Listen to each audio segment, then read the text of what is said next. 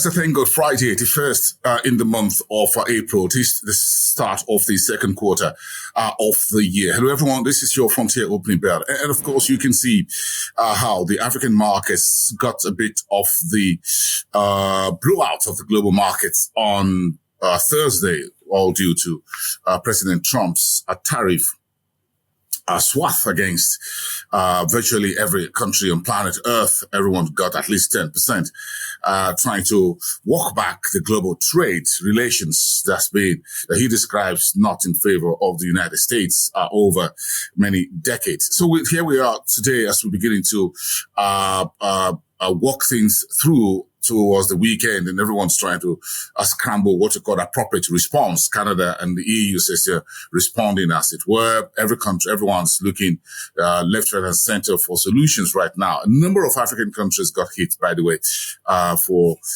what they call reciprocal tariffs and things of that nature. So the Nigerian market did just about 1 basis point only. That was just trying to escape the rout, as it were. The banking sector was down 0.3%. Insurance fell. Yesterday, oil and gas down 0.5%. Industrials and consumer goods were also in the red. Banking stocks were the most hit yesterday, as you expect, as well as insurance. The BRVM was 0.06% Thursday in the negative territory. The Egyptian market down very sharply, 1.02%. Very strong correlation with the rest of the Middle East and other global marketplace. The Zimbabwe stock market was 0.29%. The Nairobi bourse fell to 131.25%, down by 0.19%. And as expected, the South African GSE, 3.39%.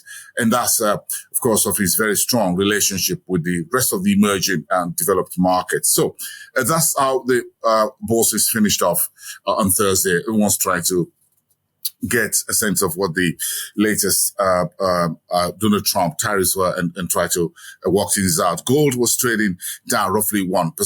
Even the safe haven asset was hit, while oil prices fell below $70 a barrel, both the US WTI and the London Brent crude. Those assets are not looking any much better this morning. We also saw what you call a very strong the markets continue to dive this morning, globally speaking, the day after the Trump effect. That's just what it is. Let's get on to a few headlines. Let's start with East Africa. As always, Cameroon in Central Africa is looking has frozen MTN's funds in that dispute that's been won by the by the authorities. It's a bit of an issue there because Cameroon took MTN and a few others.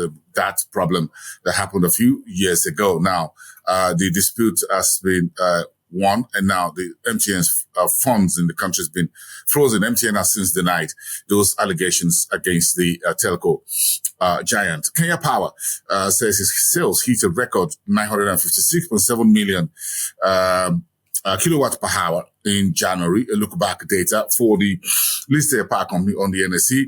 Absa Bank in Uganda has appointed Keith Yagira as the chairperson of the board of directors. Congratulations, by the way. And Uganda is looking at billions in new taxes coming from beer consumption, cigarettes, and imported goods. Well, let's see how this works out in the face of Trump's tariff spat against global partners and all of that. AFDB and the Lake Chad Basin Commission has put pen to paper. $10.2 million is the deal to restore the Lake Chad, which of course borders Nigeria, Chad, Cameroon, and a few other countries. Nigeria's northeastern corridor. And finally, in Sasol and Mozambique, say they've done $1 billion gas to power project that's expected to be launched in September. All right, let's check with West Africa, where Nigeria, Ghana, and Angola have paid up 40% of the $5 billion, which is the takeoff capital of the new African Energy Bank, which has been pursued by Afrexim Bank and its partners, including the African Union. Boa Foods, Nigeria's industrial food giant, is paying 13 naira per share cash dividend as the final payment for the full year 2024. And Nigeria's exports to the US will get 14% tariff slap. That's what President Trump announced on Wednesday. Still in West Africa, China and Liberia said they have a landmark agreement for a multi-sector growth to support the small West African economy. And Ghana has told the banks, and that's the Ghana Revenue Authority, the GRA, has told banks and telcos to stop that 1% tax on mobile money operations as well as other transfers. And Switch Metals has acquired a Côte d'Ivoire's asset and has raised £2 million and listed on the London Stock Exchange Alternative Investment Market, called the IM, on the LSE. Those are the headlines in the West region. Let's take it to Southern Africa. Trump's tariff. South Africa, Lesotho, Mauritius got some of the worst tariff slap from Trump's latest announcement. In the meantime, the PIC of South Africa, which is the Public Investment Corporation, has joined the African 50 as the 36th shareholder via a $40 million investment.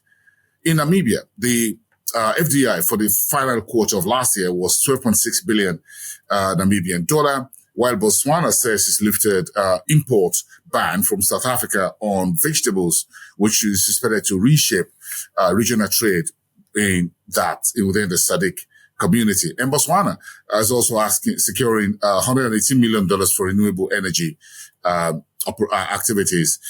OKO Zimbabwe, which is into agro-allied business, listed on the ZSE, is charting a recovery plan and is looking to raise $30 million in fresh capital to support these recovery operations. And finally, still in Zimbabwe, the exports to United Kingdom of peas was about 60%. HDC is calling for freight review, however, to support that trade. Great. Let's finish off in North Africa as we head to the weekend. Libya's national oil a company has says it's restarted methanol plant, the second plant after 7 years stoppage, and the IMF has given Morocco a flexible credit lifeline, $4.5 billion. It's a 2-year package that will help Morocco prepare for emergencies, while the EU has approved 4 billion euros in micro-financial assistance for Egypt, the biggest economy north of the continent. And Egypt's 2025-2026 budget is expected to focus on growth and social investments. You've got a whole lot to digest, including OPEC's latest to roll back its output has just been reported overnight Thursday into Friday. Put all of that together, whatever you're doing this Friday as we go into the weekend, make sure it's profitable. Have a great day, everyone. Enjoy the weekend, and let's get back together on Monday.